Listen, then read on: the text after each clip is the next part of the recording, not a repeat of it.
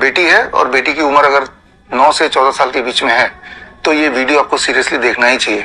अगर आप नहीं देखेंगे तो हो सकता है कि आपके बच्चे का भविष्य एकदम खराब हो जाए। मैं बात ये कर रहा हूँ कि आपका जो जनरेशन है, आने वाला जनरेशन, वो आए ना कभी।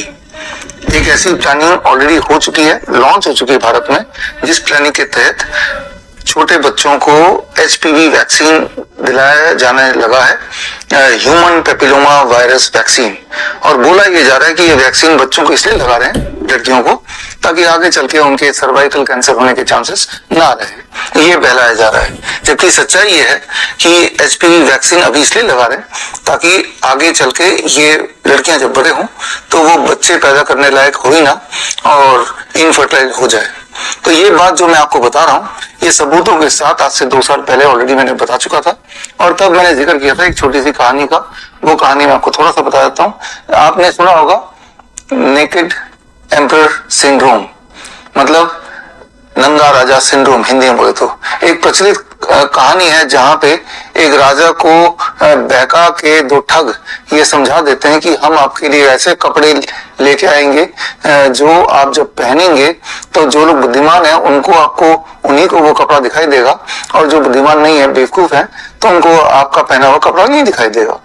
एक्चुअली उन्होंने कुछ भी नहीं पहनाया और राजा को नंगा ही छोड़ दिया, और राजा को बोला कि आपने कपड़े पहन लिए हैं लेकिन ये कपड़ा दिखाई उसको देगा जो बुद्धिमान है। तो राजा को एहसास हुआ कि मैंने कुछ पहना नहीं, लेकिन वो सोचता है कि अगर मैं बोल दूं कि मुझे तो कोई कपड़ा दिख नहीं रहा है, मैं तो नंगा दिखाई दे रहा हूँ, तो लोग सोचेंगे कि ये तो बेवकूफ है। तो इसलिए राजा बोलता है हाँ भाई, मैं तो कपड़ा पहना, मुझे दिखाई दे रहा है। और यही बात पूरे उसके साम्राज्य में फैल गया कि राजा ने एक इनविजिबल कपड़ा पहना लेकिन दिखाई उसको देगा जो कि बुद्धिमान होगा। और राजा नंगा ही निकल गया अपने साम्राज्य में ये देखने के लिए कि देखता हूँ किस किस को मेरे कपड़े दिखाई दे रहे हैं, और ये भी समझ जाऊंगा कि कौन कौन हमारे साम्राज्य में इंटेलिजेंट है और कौन बेवकूफ है। और राजा के हाँ में हाँ मिला के दरबारी से लेके जनता बोलने लगी, राजा आपने तो बहुत शानदार कपड़े पहने, आपने तो बहुत शानदार कपड़े पहने। जबकि सच्चाई ये थी, राजा ने कुछ पहने ही नहीं था। और तभी एक बच्चा एकदम से भीड़ में चिल्ला के बोलने लगा, अरे राजा तो नंगा है, राजा तो नंगा है। और देखा देखी और भी बच्चे चिल्लाने लगे, और अल्टीमेटली सबके बीच में पर्दाफाश हो गया और सबको ये पता चल गया कि एक्चुअली राजा ने कुछ पहना नहीं है, लेकिन कोई भी सामने आके पहले बोलने की हिम्मत नहीं कर रहा था सच्चाई। उस दिन राजा की आंखें खुली, लेकिन तब तक वो ठग राजा से बहुत सारा पैसा लूट के जा चुके थे। तो वो कहानी का कॉन्टेक्स्ट इस HPV वैक्सीन में जो षड्यंत्र है उससे जुड़ा हुआ है, वो आगे आपको मैं बताऊंगा। एक और कॉन्टेक्स्ट है जिसको आपको थोड़ा समझना पड़ेगा, थोड़ा धैर्य रखना पड़ेगा। मामला आपके आने वाले जनरेशन का है, वो जनरेशन आएगा या नहीं आएगा इसका है, इसीलिए थोड़ा पेशेंस रखिए। समझाने के लिए छोटा सा उदाहरण, मान लो मैं एक टीका आविष्कार करता हूँ और बोलता हूँ आपको कि ये टीका अगर बच्चे को आप लगा देंगे अभी जब वो बच्चा है 9 से 14 साल के बीच में, तो आज से 50 साल बाद भी बच्चे के बाल सफेद नहीं होंगे, काले ही रहेंगे, ऐसा आपको बोल दो तो आप मेरी बात मान जाएंगे? आप तो बोलेंगे ना कुछ एविडेंस दिखाओ, कोई सबूत दिखाओ। जिन बच्चों ने आज से 50 साल पहले लगाया हो और वो आज 50 साल के हो गए हों तो उनके बाल काले होने चाहिए, फिर ये सारा आप मामला पूछेंगे। और उस वैक्सीन का नाम रख दूं FBH, forever black hair vaccine, FBH, और प्रोपेगेट करूं, प्रोपेगेंडा मीडिया में डाल दूं और सबूत ना दिखाऊं, तो आप बोलेंगे पहले सबूत लाओ कि अगर मैं अपने बच्चे को ये टीका लगा दूं तो 50 साल बाद भी उसके बाल सफेद नहीं होंगे, और ये भी सबूत लाओ कि उसका कोई दुष्प्रभाव भी नहीं होगा। ये दोनों सबूत अगर मैं आपको दे पाता हूं तो ही आप अलाउ करेंगे शायद कि चलो मेरे बच्चे को भी ये टीका लगा दो, कि कौन चाहेगा कि उसके बच्चे का कभी ना कभी बाल सफेद भी हो, राइट। तो खैर ये दोनों कहानियों का जो कॉन्टेक्स्ट है, चाहे राजा वाली कहानी, चाहे ये इमेजिनरी वैक्सीन FBH वाली कहानी, सफेद बाल ना होने वाली कहानी, इनका क्या कॉन्टेक्स्ट है ये आपको आगे मेरे वीडियो में समझ में आएगा।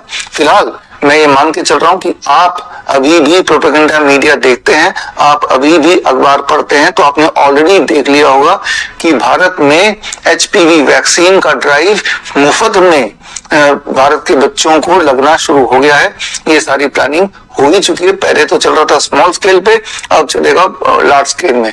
यानी कि जो लोग इस षड्यंत्र में आ जाएंगे, जो बच्चे आने वाले समय में वो बांझ ही बनने वाले हैं, इनफर्टाइल ही होने वाले हैं। तो ये जो भी बात मैंने बताई है, ये सारी बातों का सबूत देखे बिना आप फैसला मत कीजिए। इन सारे बातों का सबूत देखने के लिए आज से 2 साल पहले 23 जुलाई 2024 में, यानी कि चंद्रशेखर आजाद जयंती के दिन, बाल गंगाधर तिलक जयंती के दिन मैंने ये वाला खुलासा कर दिया था। 2 साल पहले कर दिया था, लेकिन आज एक बार फिर से आपको वही वाला खुलासा देखना चाहिए, क्योंकि मुझे पता है कि जो पब्लिक है उनकी मेमोरी बड़ी शॉर्ट होती है, और ये बात मुझे भी पता है, प्रोपेगेंडा मीडिया को भी पता है।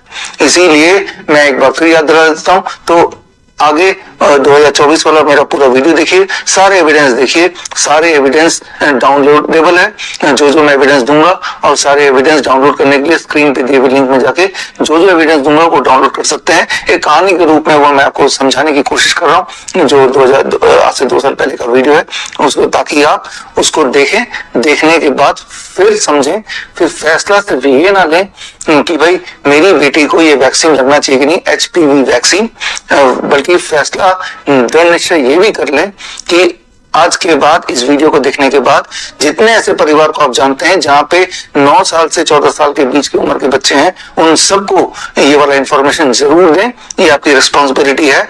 आप नेकेड एम्पर सिंड्रोम का हिस्सा ना बने, बल्कि मैं तो ये भी चाहूंगा कि आपके आसपास जितने भी ऐसे स्कूल हैं जहां पे ये ड्राइव चलने वाला है या चल रहा है या चल चुका है, वहां तक भी पहुंचिए, और जहां तक हो ये बात पहुंचाइए, बिकॉज ये मामला है हमारे फ्यूचर का। फ्यूचर ही नहीं रहेगा, क्योंकि आने वाले समय में अगर सारे बच्चों को, लड़कियों को अभी ये लग जाएगा, तो आने वाले समय में if most of the girls become infertile, जैसा कि पहले होता रहा है, सारे एविडेंस आगे आपको देखने को मिलेगा, तो फ्यूचर ही खत्म हो जाएगा, क्योंकि बच्चे ही पैदा नहीं होंगे, या पैदा होंगे तो विकलांग पैदा होंगे, और मल्टीपल अबॉर्शंस भी होने के चांसेस हैं, जैसा कि होता है। जिन लड़कियों ने आज से 10 साल पहले, 20 साल पहले ये वाला वैक्सीन लगाया था, उनके सारे एविडेंसेस आपको इसी वीडियो में आगे मेरे 2 साल पुराने वाला लेक्चर में देखने को मिलेगा। बड़े शांति से एक एक एविडेंस देखिए, उसे दोबारा से रिकन्फर्म कर लीजिए डाउनलोड करके, और फिर फैसला लीजिए। चुपचाप मत बैठ जाइए, फैसला लीजिए क्या करना है। एक मुहिम चलाइए ताकि हम अपने भविष्य को बचा पाए। फिलहाल आप उस वीडियो को अभी देखिए। धन्यवाद। कहानी कुछ इस तरह से है कि एक खास तरह का टीका, इसका नाम है फॉरएवर ब्लैक हेयर टीका। एक टीका जो आपको लगाया जाएगा, छोटे बच्चों को लगाया जाएगा, 9 साल से 15 साल 14 साल के बीच के बच्चों को, खासतौर पे लड़कियों को, और ताकि आज से 20 साल बाद, 30 साल बाद, 40 साल बाद उनके ब्लैक सफेद बाल सफेद ना हो जाएं, वो काले रहें। यानी कि एक खास तरह का टीका, मेरे हाथ में वो टीका है, और ये टीका है, ये वाला आप टेस्ट ट्यूब सैंपल देख रहे हैं, और ये टीका लेके उनके माथे पे लगा देंगे, छोटा सा टीका, और 9 साल से 14 साल के बच्चों को लगाया जाएगा। और एक्सपेक्टेशन ये है कि जब वो बड़े हो जाएंगे तब उनके बाल सफेद नहीं होंगे, वो काले ही रहेंगे। यानी कि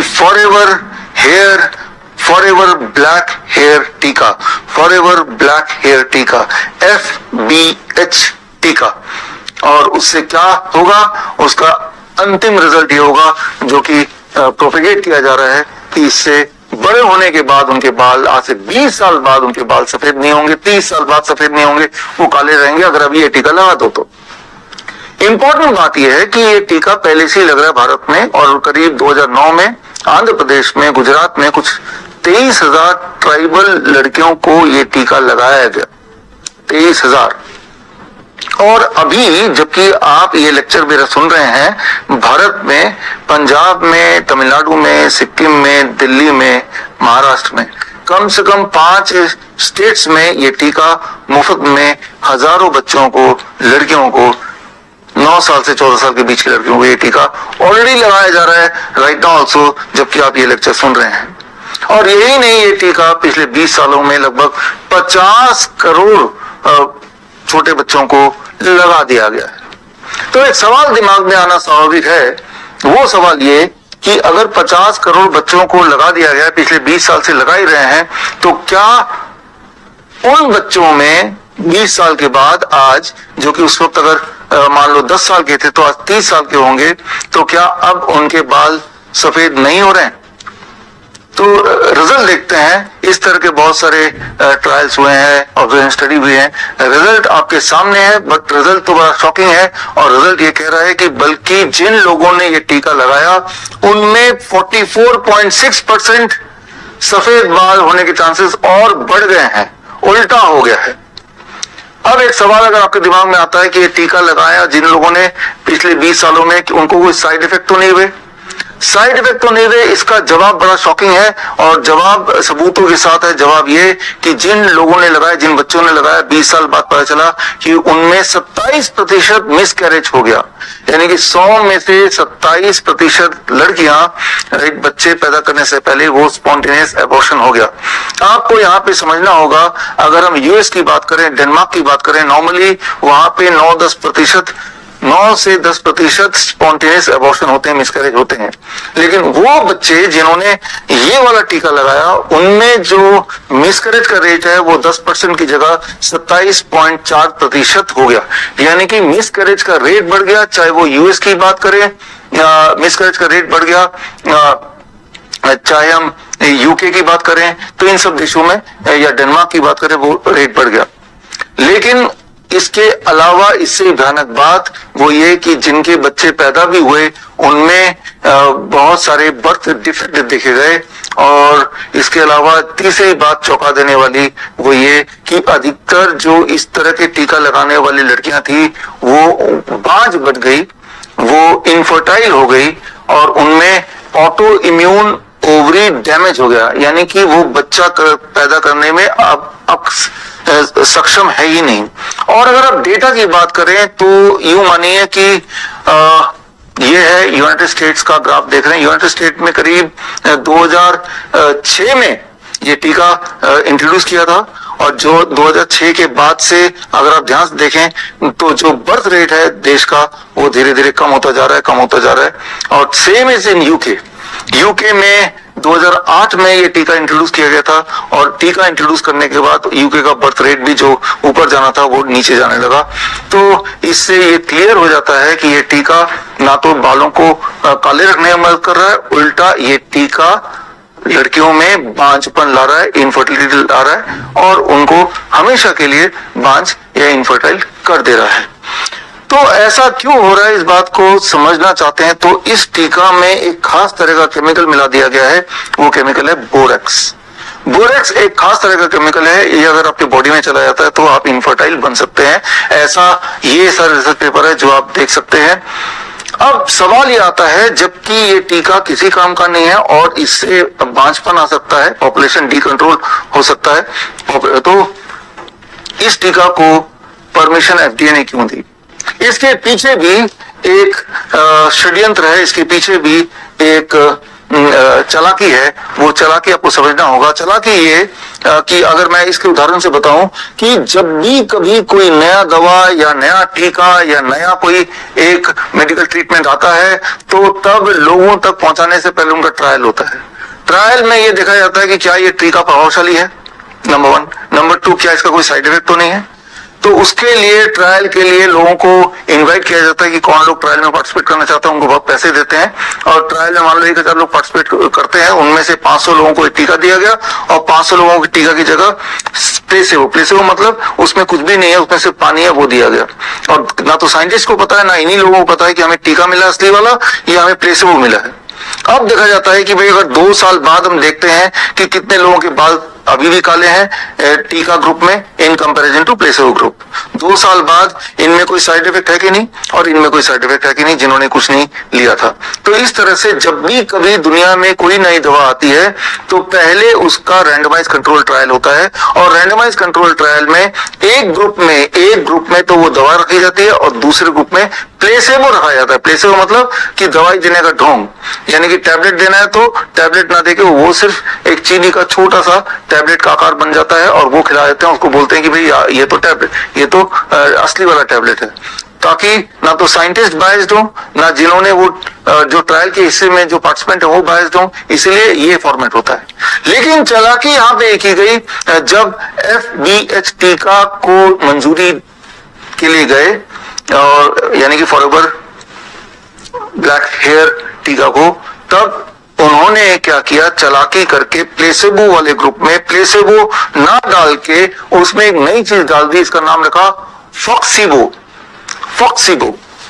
राइट, तो ये जो ग्रुप है जो प्लेसेबो होना चाहिए था, इसके अंदर फॉक्सीबो डाल दिया। फॉक्सीबो का मतलब है कि इसमें कुछ ऐसे केमिकल डाल दिए जो केमिकल आपको नुकसान पहुंचाएंगे, ये पहले से क्लियर है।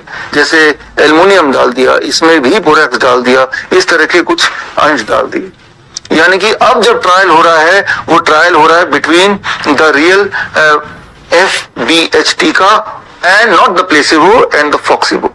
और ट्रायल के अंत में ये बताया गया कि भाई देखो जी, इससे साइड इफेक्ट तो हो रहे हैं, करीब 50% जिन लोगों ने लिया उनमें साइड इफेक्ट हो गए, लेकिन इस ग्रुप में इससे भी ज्यादा साइड इफेक्ट है। इसका मतलब ये बड़ा अच्छा है। तो इसमें साइड इफेक्ट है, लेकिन इसमें भी साइड इफेक्ट है, और ये इससे ज्यादा अच्छा है। राइट, इस तरह का एक ट्रायल बना दिया, एक बोगस ट्रायल, और उस ट्रायल को बेसिस मान के FDA ने एक हरी झंडी दे दी। और ये ट्रायल का पूरा, अगर आपको सब कुछ पढ़ना है उसके बारे में, तो ये एक मैनुअल है जो उसी कंपनी का है, मर्क कंपनी का। ये मैनुअल आप पढ़ सकते हैं। मैनुअल डाउनलोड करने के लिए आप ये लिंक यूज कर सकते हैं।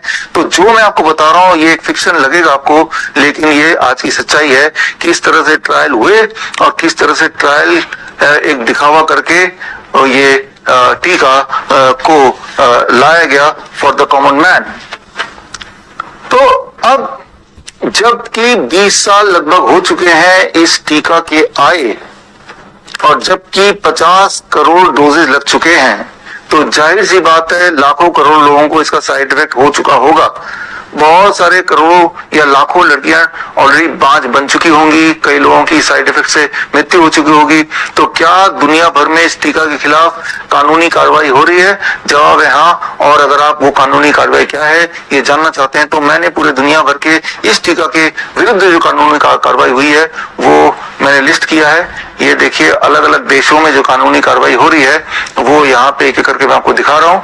और ये दुनिया भर में नहीं, भारत में भी हुआ है। भारत के सुप्रीम कोर्ट में भी केस गया है 2014 में। ये डेट 2014 30 जून 27 to 30 जून 2014 का ये आप देख रहे हैं, और ये लिंक के माध्यम से वो कानूनी कार्रवाई आप देख सकते हैं। लेकिन अब 10 साल हो गए हैं भारत में सुप्रीम कोर्ट में इस टीका के खिलाफ कानूनी कार्रवाई होते हुए, लेकिन हुआ क्या? हुआ वही जो हमेशा होता रहता है, तारीख पर तारीख, तारीख पर तारीख, तारीख पर तारीख, तारीख पर तारीख मिलती रही है, लेकिन इंसाफ नहीं मिला। मिलावट इंसाफ नहीं मिला, मिली है तो सिर्फ ये तारीख पे तारीख। और वो तारीख पे तारीख तो एक तरफ चली रही है, और दूसरी तरफ प्रोपेगेंडा मीडिया अभी भी इस टीका को प्रमोट कर रहा है और इसको हर इंसान तक पहुंचाने के जिद पे पड़ा हुआ है। हर बच्चे के बॉडी में इस टीका को पहुंचाने में पड़ा हुआ है। आए दिन आप सब ने इस टीका के प्रमोशन दरबारी और सिलेक्टेड प्रजा के माध्यम से आप तक पहुंचाया है, आपने देखा है। लेकिन अगर आप बोलते हैं कि टीवी में ऐसा कोई टीका के बारे में आपने सुना नहीं, टीवी में ऐसा किसी को बोलते हुए सुना नहीं, तो अभी आपकी आंखें खुल जाएंगी और किस चीज की मैं बात कर रहा हूं आपको समझ आ जाएगा। लेकिन यहां जरूरत है चतुर रामालिंगम का वो ट्विस्ट।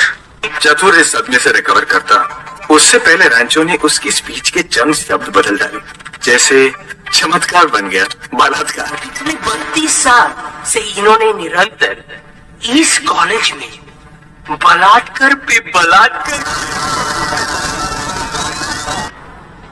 तो जिस तरह से रैंचो ने चतुर रामालिंगम के साथ एक छोटा सा छल किया था, ठीक उसी तरह से आपको सारा कुछ समझाने के लिए मैंने एक छोटा सा प्लान बनाया था। और वो प्लान ये कि जहां जहां मैंने बोला फॉरएवर ब्लैक हेयर टीका, उस चीज को हटा दे, उसकी जगह लिख दीजिए FBH की जगह HPV वैक्सीन। और जहां जहां मैंने बोला सफेद बाल बीमारी, सफेद बाल, वो सफेद नहीं रहेगी, सफेद होगी नहीं, वहां वहां पे आप बीमारी का नाम लग दीजिए cervical cancer. I am sure अब आप रिलेट कर पा रहे होंगे। अगर आप प्रोपेगेंडा मीडिया देखते हैं, आप डेली अखबार पढ़ते हैं, तो ये खबरें कुछ ज्यादा ही प्रमोट की जा रही हैं कि HPV वैक्सीन बच्चों को लगाया जाएगा, लड़कियों को लगाया जाएगा, लगाया जा रहा है 9 साल से 14 साल के बच्चों को, ताकि बड़े होने पे उनको सर्वाइकल कैंसर ना हो जाए। अभी वैक्सीन लगा लो, जब 30 साल 40 साल के हो जाओगे तब आपको सर्वाइकल कैंसर नहीं होगा। ऐसा प्रिटेंड किया जा रहा है कि हम तो आप बच्चे की भलाई चाहते हैं, उनकी जान बचाना चाहते हैं तब के लिए, ताकि अभी हम कुछ करें ताकि तब दिक्कत ना हो।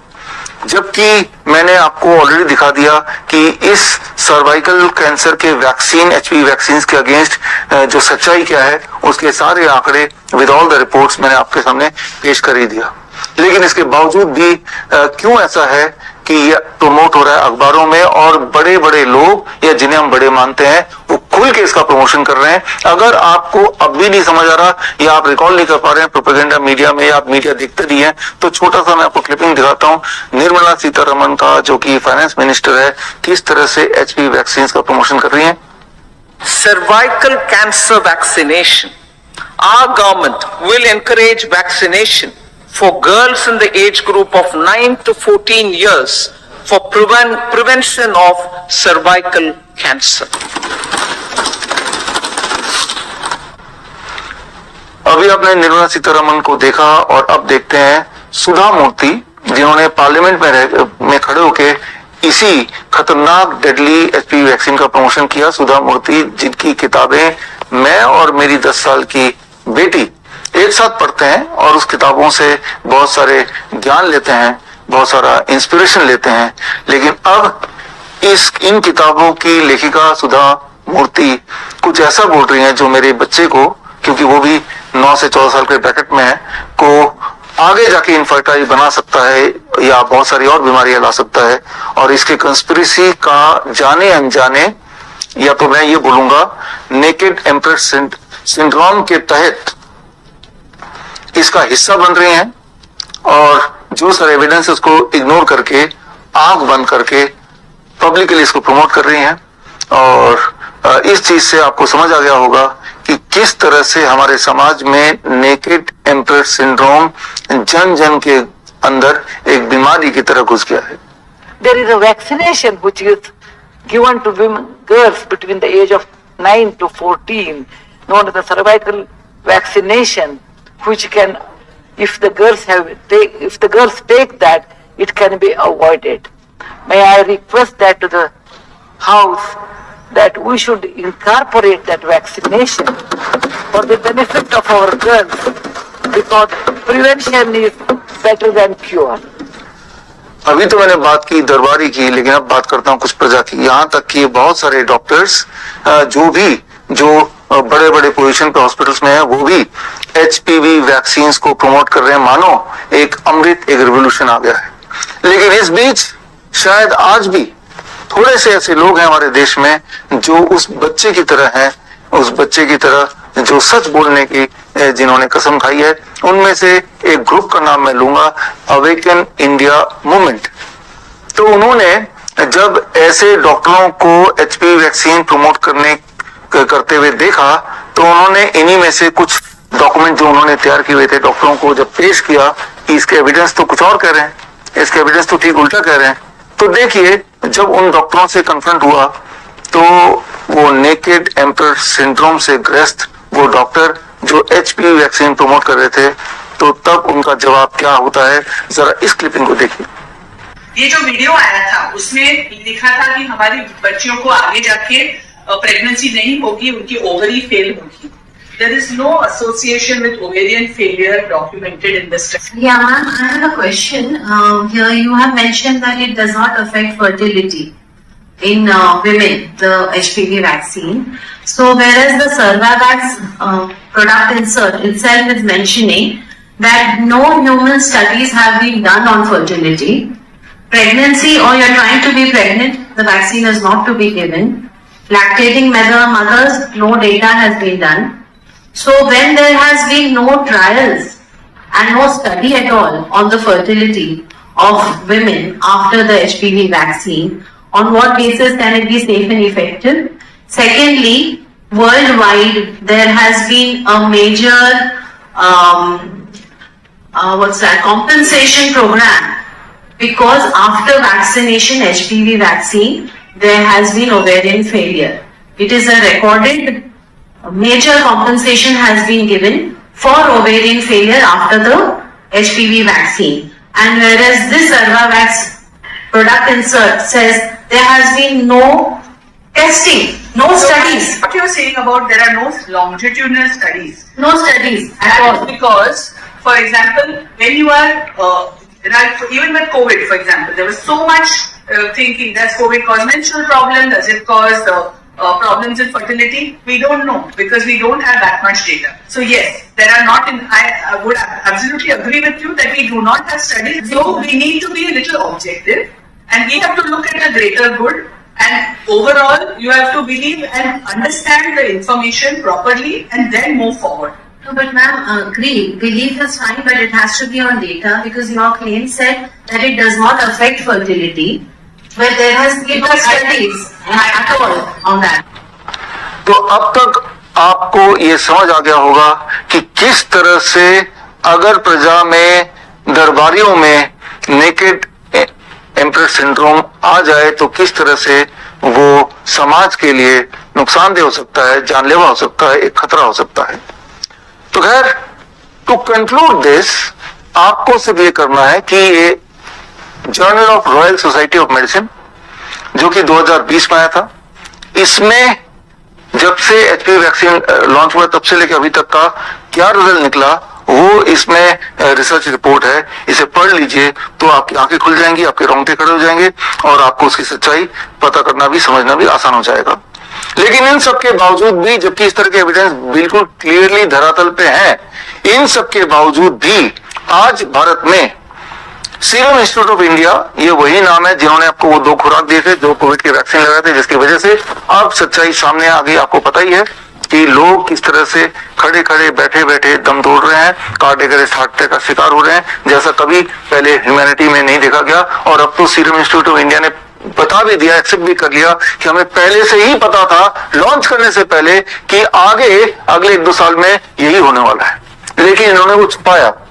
लेकिन प्रॉब्लम उनकी नहीं है, प्रॉब्लम आपकी है, इस देश के नॉर्मल नागरिकों की है, कि जब ये पता चल गया है कि यही कल्प्रिट है और वो मान भी रहा है, तब भी हम में आप में इतनी हिम्मत नहीं है उस छोटे बच्चे की तरफ खुल के बोलें, जागरूकता फैलाएं कि इन पे भरोसा ना करें एंड इनको प्रोसिक्यूट किया जाए। लेकिन आज समाज में वो नेकेड एम्प्रेस सिंड्रोम कूट कूट में हर एक के बॉटम जहन में बस गया। इसीलिए जब इस टीका का साइड इफेक्ट से आपके परिवारजनों में अगर डेथ हुई या साइड इफेक्ट आपको आए, इसके बावजूद भी मुंह खोलने को, सच बोलने को ना तो तैयार है, ना उसको देखने को तैयार है। आप विलफुली उस सफेद झूठ का पार्ट बन के ही रह गए हैं, जिसकी वजह से समाज यहां पहुंच गया है। और मैं आपको बोल दूं कि अगर एचपीवी वैक्सीन भारत के हर लड़कियों को लग जाए तो आने वाले दिनों में अगला जनरेशन आ पाएगा कि नहीं ठीक से, ये बोलना बहुत मुश्किल हो जाएगा। यहां पे जब सीरम इंस्टीट्यूट ऑफ इंडिया ने यही एचपीवी वैक्सीन को भारत में लॉन्च किया तो इन्होंने भी ट्रायल किया, क्योंकि ट्रायल पहला स्टेप है कोई भी चीज लॉन्च करने से पहले, मेडिकल चीजों को। ट्रायल का नतीजा अगर आप देखेंगे, इसमें जाके आप ट्रायल का नतीजा देख सकते हैं, ये मैंने पूरा दे दिया इनका लिंक। और ट्रायल का नतीजा ये कहता है कि ट्रायल में जिन लड़कियों ने ये इनका बनाया हुआ एचपीवी वैक्सीन लिया, उसमें लगभग 48%, यानी कि हर दूसरे लड़की को adverse side effect, adverse reaction हुए। एडवर्स रिएक्शन क्या हुए, उसकी जो लिस्ट है वो ये लिस्ट है, और उसकी लिस्ट में अगली लिस्ट ये है, ये 2 लिस्ट है। इसमें आप देखेंगे ये लगभग हर तरह की बीमारियां उनको हो गई, और ये साइड इफेक्ट का ही पार्ट है। और ये अगले 2 साल के ट्रायल में ये सारे साइड इफेक्ट देखे गए। कितने लड़कियों में? लगभग हर दूसरे लड़की, 50%, 48% टू वेरी प्रिसाइज। इसके बावजूद भी ये एचपीवी वैक्सीन जो सीरम इंस्टीट्यूट ऑफ इंडिया ने बनाया है, ये वही कंपनी है जिन्होंने आपको 2 खुराक दिए थे, जो आदमी पछता रहे लेकिन ओपनली आप बोलने को तैयार नहीं। और ये वैक्सीन भी अब पूरे जोर शोर से प्रोपेगेंडा मीडिया के माध्यम से प्रमोट किया जा रहा है। इसके पीछे का मकसद क्या है? इसके पीछे का बड़ा क्लियर मकसद है। आपको ये समझना होगा कि जैसे मैंने बताया, पिछले लगभग 20 सालों में मर्क कंपनी ने अपने 50 करोड़ से ज्यादा डोजेस एचपीवी वैक्सीन के पूरी दुनिया में बेचे हैं, जिससे उनकी कमाई हर साल की लगभग 30,000 करोड़ से लेके सेल 50,000 करोड़ तक की हुई है। और यहां पे ये भी समझना होगा कि मर्क जो है it has done all this business in partnership with their government. तो इसमें जिसमें सरकार को हिस्सेदारी मिले, एक मोटा रकम मिले, तो सरकार अक्सर आंखें बंद करने को तैयार हो जाती है at the cost of the citizen. और इसमें दोष सिटीजन का भी इक्वली है, बिकॉज आंखें तो आपकी बंद है। और मुझे पता है कि आज के इस लेक्चर के बाद सारे सबूत आपकी आंखों के बिल्कुल सामने आने के बाद भी ये आंखें लगभग बंद ही रहने वाली है, जब तक कि हमारे देश में चंद्रशेखर आजाद, बाल गंगाधर तिलक जैसे लोग दोबारा जिंदा ना हो जाएं, दोबारा पैदा ना हो जाएं। जबकि ये जो दिखावा किया जा रहा है कि सर्वाइकल कैंसर को हम बचाना चाहते हैं, इससे दुनिया को, देश को बचाना चाहते हैं, बच्चों को बचाना चाहते हैं, ट्रुथ ये है, अगर आप ये रिसर्च पेपर पढ़ें कि जैसे ही बेटर हाइजीन मिलता है, क्लीन वाटर मिलता है, इंप्रूव न्यूट्रिशन मिलता है, इससे सर्वाइकल कैंसर भी और बाकी सारे कैंसर भी अपने आप ही गायब होने लगते हैं। तो यानी कि अगर सही मायने में हमें ये चिंता है कि बच्चों को या बड़े होने के बाद उनको cervical cancer, for that matter कोई भी कैंसर ना हो, तो उसका जवाब भी यहीं पे है, इसी धरातल में। सिर्फ improve nutrition, clean water and better hygiene दे दो, तो उससे ही ये जो कैंसर के चांसेस, फॉर दैट मैटर किसी बीमारी के चांसेस बहुत कम हो जाते हैं। तो अगर तो गवर्नमेंट को या आपको या सोसाइटी को एज ए होल काम करना ही है, तो इस डायरेक्शन में काम करना है।